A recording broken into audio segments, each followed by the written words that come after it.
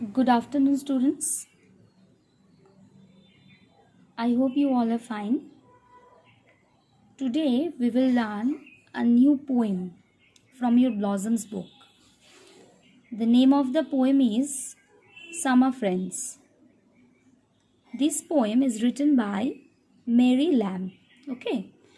Now, who is Mary Lamb? Mary Lamb is a very renowned poet, and she is the sister of another renowned poet, author, story writer named Charles Lamb. Okay. So, this poem, Summer Friends, this is a short 16-line poem, and it is written with a very simple language and simple rhyming scheme, which gives a very nice effect to read the poem. So here we will see that the poet discovered the relationship which actually should prevail between friends. The relationship which should be invulnerable between friends in good times and also in bad.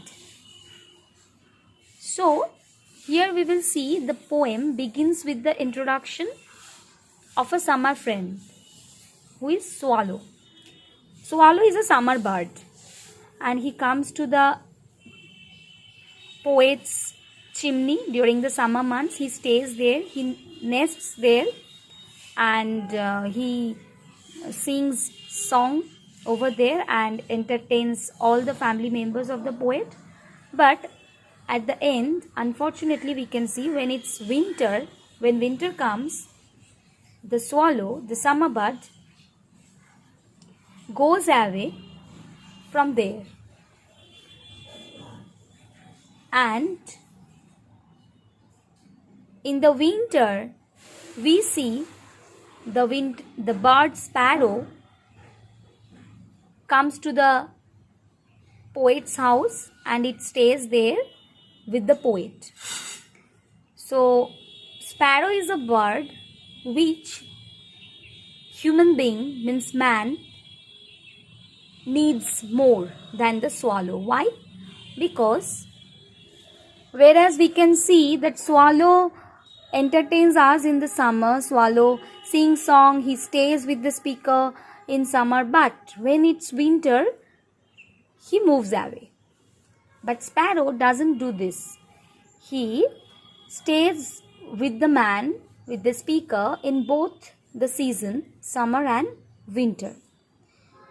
So the poem concludes with the speaker announcing all that she wants, all that she desires. And what is that?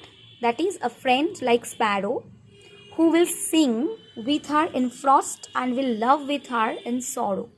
Means who will stay with us in our happiness and in our sorrow. She is seeking